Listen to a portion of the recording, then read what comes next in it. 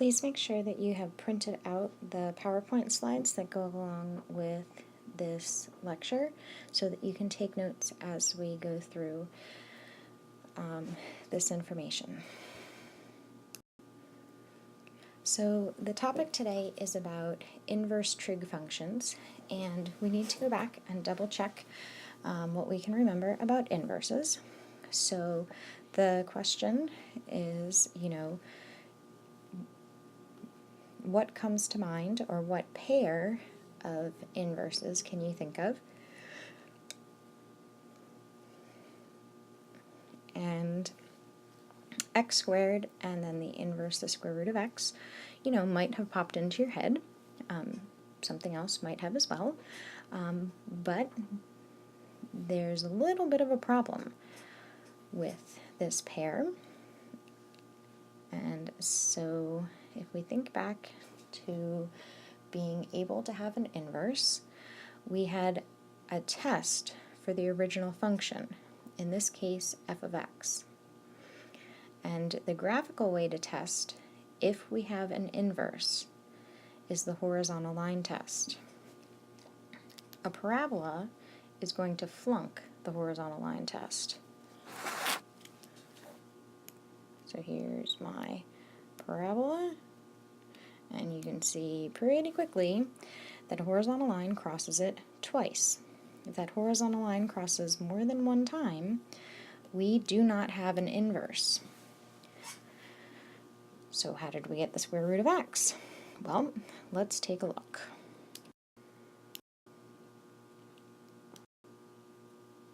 So if I restrict the domain to either the positive half or the negative half of my inputs, I will be able to have an inverse of x squared. And my inverse would then either be the positive square root or the negative square root, depending on whether I took the positive values or the negative values. And so now I have, here's my line y equals x. My original x squared is truly reflected over the line y equals x. So we are switching all of the ordered pairs. Like here it's hard to tell 1, 1. But if I go to 2, 4, right here, well, wouldn't you know that over here at 4, 2, that's found on my inverse. So we're going to have to take a look. When we look at the sine and cosine functions, we again have a problem flunking the horizontal line test. The equation y equals the sine of x is a function, but the inverse is not a function. So we need to restrict the domain to be able to have our function, to be able to have an inverse that's a function. And so as I look at where I want to restrict the domain, what I'm concerned about is making sure I get all of the values from -1 to +1 without crossing that horizontal line anywhere. So you might be able to see a pretty reasonable portion of this graph that goes from -1 on the y values to +1. And let's see if your answer is the same as what, historically has been done. So typically, we look at the values this time on the x-axis, because remember we are restricting the domain from -pi to +pi, and in my video it's the red box. On your paper it's just kind of like a gray shadow. And then the outputs are going from -1 to +1, and I don't worry about the horizontal line. The horizontal line test crosses exactly once. Since I'm in 0 to pi, no, I'm sorry, this is pi over 2. Helps if I know my fractions. Pi over 2 and negative pi over 2. So I'm going from 0 to pi over 2. That's quadrant 1 on the unit circle. But I'm also going from 0 to negative pi over 2. And that is definitely quadrant 4. So my inverse sine is only limited, I'm only being given values that are in the first quadrant and the fourth quadrant.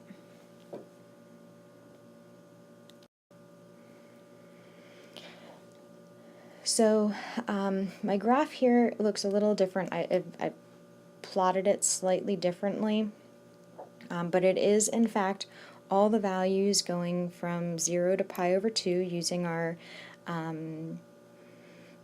30, 40, so here's 30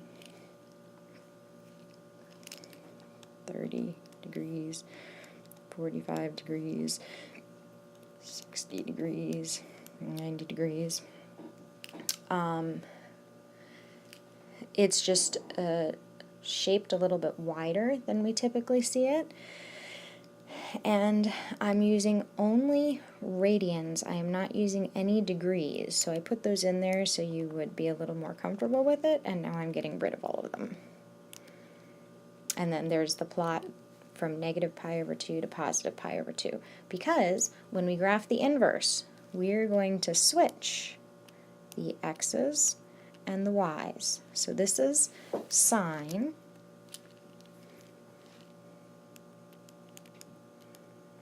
and then we're going to go graph sine inverse by switching all the x's and y's. So these two tables, here was our original that we had before, and now here is sine inverse. And with our original, we had values going from -1 to 1 on the y-axis. That would be our range.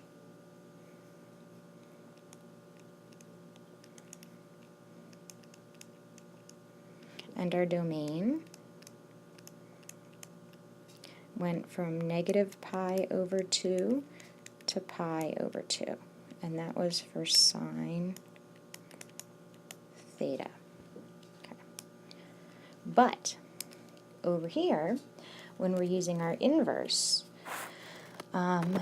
we are going to use a domain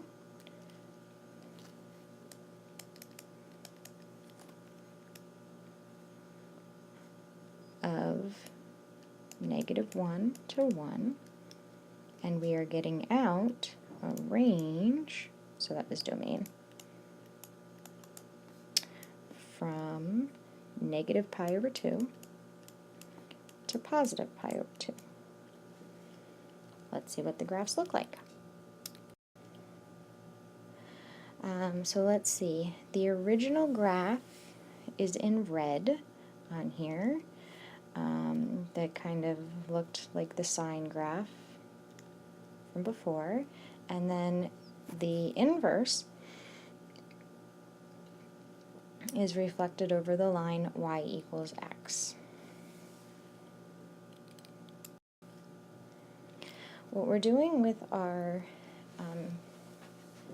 inverse trig function here is that we want to find the angle, or the radians each time, that produces that given value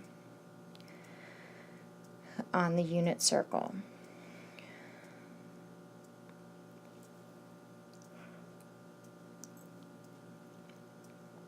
So the inverse sine, the inverse cosine, the inverse tangent, every single one of them is looking for an angle.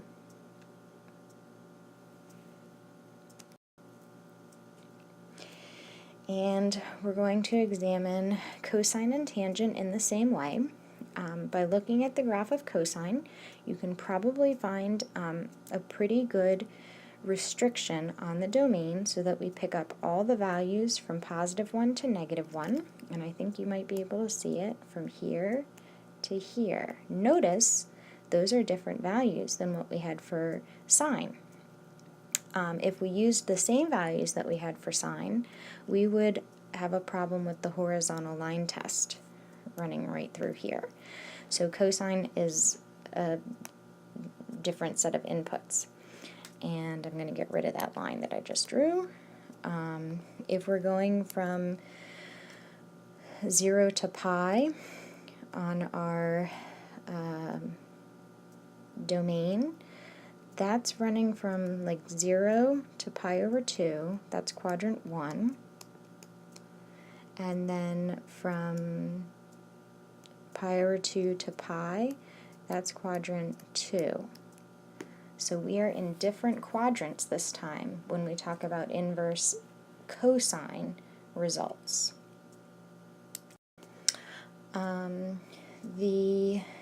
Let's see, when we're talking about the input, okay, so the domain of arc cosine, we can put in values between -1 and 1, but then the values that we get out are running between 0 and pi. So that's our domain, and that's our range for cosine inverse. Alright, and let's take a minute to have a quick look at tangent. The one portion of tangent that we would be able to repeat would run from -pi/2 to +pi/2. And then in that portion of the graph, it dips down to -infinity and all the way up to +infinity, so our range is all real numbers. Then when you flip the x's and the y's to find the inverse tangent, the domain would continue on for all real numbers, and the range is running from -pi/2 to +pi/2. So this table here is trying to help us summarize where we would have the negatives coming out. So for arc sine, we would have negatives in quadrant 4, but in cosine, we have negatives in quadrant 2, and in tangent, we have negatives in quadrant 4 also. So let's see how we can work through a couple practice problems here.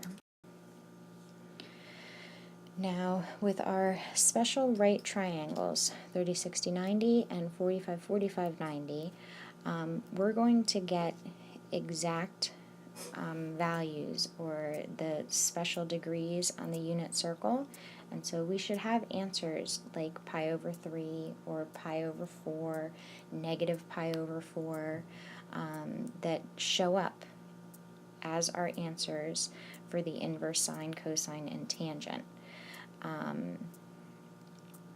And our answer should always be in radian form. So let's say we wanted to try something like the tangent inverse of 1 over the square root of 3. And I am not simplifying that because I have these really nice triangles drawn here. So tangent is opposite over hypotenuse. So if I'm looking at my 30, 60, 90 triangle, to go opposite to get to 1, I'm going opposite from the 30, and then the square root of 3 is adjacent. So that is a 30, 60, 90 triangle. The degree, or the radian that goes along with 30 degrees, is pi over 6.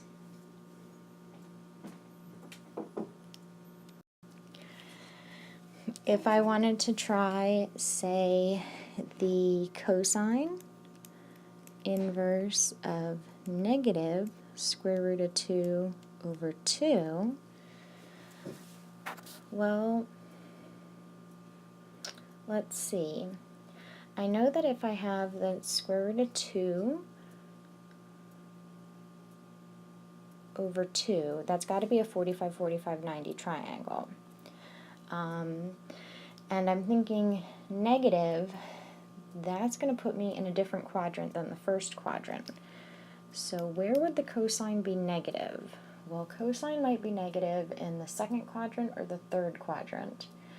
And I know that the cosine inverse could land in either the first or second quadrant. That's got to be in the second quadrant. So I'm looking for quadrant 2. So what angle in the second quadrant with 45-degree reference angle in radians? Sounds like 3 pi over 4. There we go. So these are a few more that are trying to think in those same ways to get us to figure out, what quadrant we're in and which angle we're looking at. Is it really a 30 or is it really a 60-degree angle? And there's a whole bunch of practice problems on these at the end of this PowerPoint, so you keep working on them. So let's see what happens here. We're at the inverse cosine of 1 over 2. So that's going to be a 30, 60, 90 triangle. And cosine, I want adjacent and hypotenuse. So my adjacent is next to the 60. So I'm looking at a 60-degree reference angle. And again, I have a negative. So negative means I need to be in quadrant 2. And if I have 60-degree reference angle here, that means it's 120 degrees to get to that point. 120 degrees sounds like 2 pi over 3.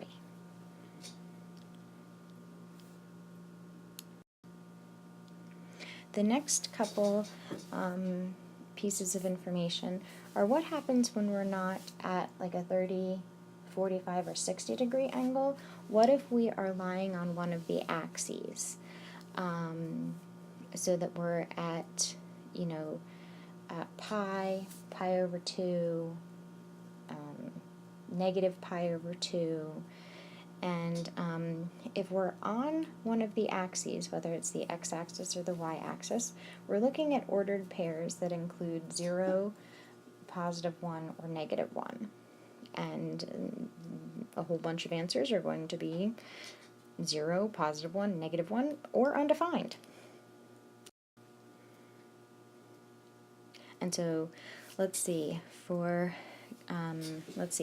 this could be said as arc cotangent of 0. And I know cotangent is cosine over sine. Do I have a better definition?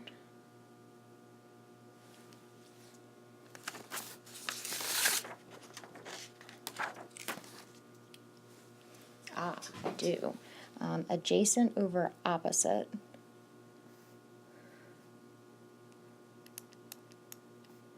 or y over x, if any of you have seen it that way. I'm sorry, x over y. All right, so at 0, my x value is 1, but my y value is 0. So I think that's telling me we are undefined at 0. So we're looking at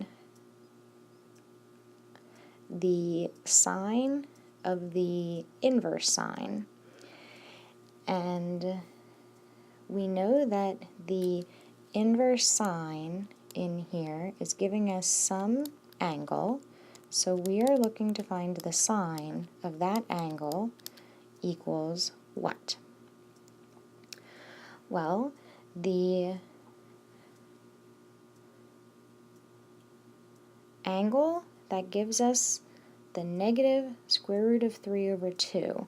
Okay, so square root of 3 over 2 has to be negative. So negative means we're going into the fourth quadrant, and I think that's a pi over 3. So my angle theta is negative pi over 3. So I am now taking the sine of negative pi over 3. So I know that at pi over 3, I get the square root of 3 over 2, but I know that I am in the fourth quadrant, so this would be negative square root of 3 over 2. And that's my final answer. So this is how you literally work through. You start from the inside, that's where my parentheses are, and you work your way outside. Now, as I look at the information that I started with and my final answer here, I might see that I had a negative square root of 3 over 2 nested inside, and that was my final answer. And that's perfectly true. I also had the inverse of my original function, and an inverse will undo my original function, so I am left with what I started with. However, if this asks me for the cosine of the sine inverse of the negative square root of 3 over 2, I would have a very different process. The cosine and the sine inverse do not cancel each other out. So I would have had to work through, just like I did originally, what is that angle that goes with the negative square root of 3 over 2? Well, I just found that as the cosine of negative pi over 3. And then I have to think, well, all right, negative pi over 3, I need to find the x value that goes along with that. It's in my fourth quadrant, so it's positive. My answer would be 1/2.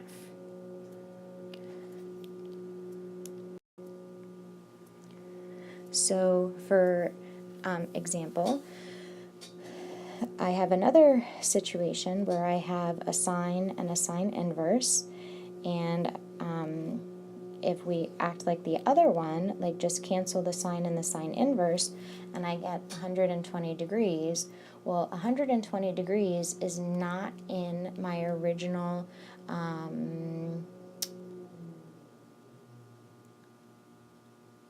domain and range. I think it's the range. I can't have 120 degrees as my final output.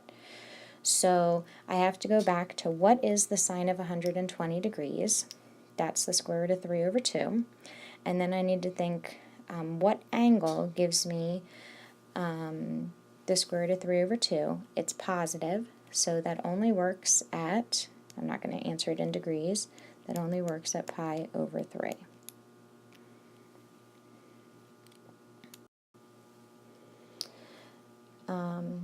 So